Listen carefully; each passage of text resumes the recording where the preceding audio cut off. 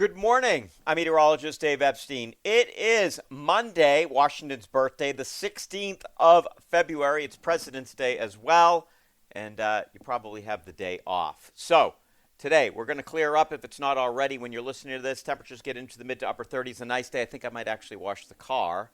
Tonight, mostly cloudy down into the 20s. Tomorrow, partly sunny. It's kind of my pick for the week. A nice ski day, temperature in the low 40s. Some rain tries to develop here late afternoon on Wednesday. Depends on the speed of that system, but notice I said rain, not snow. Temperature up near 40.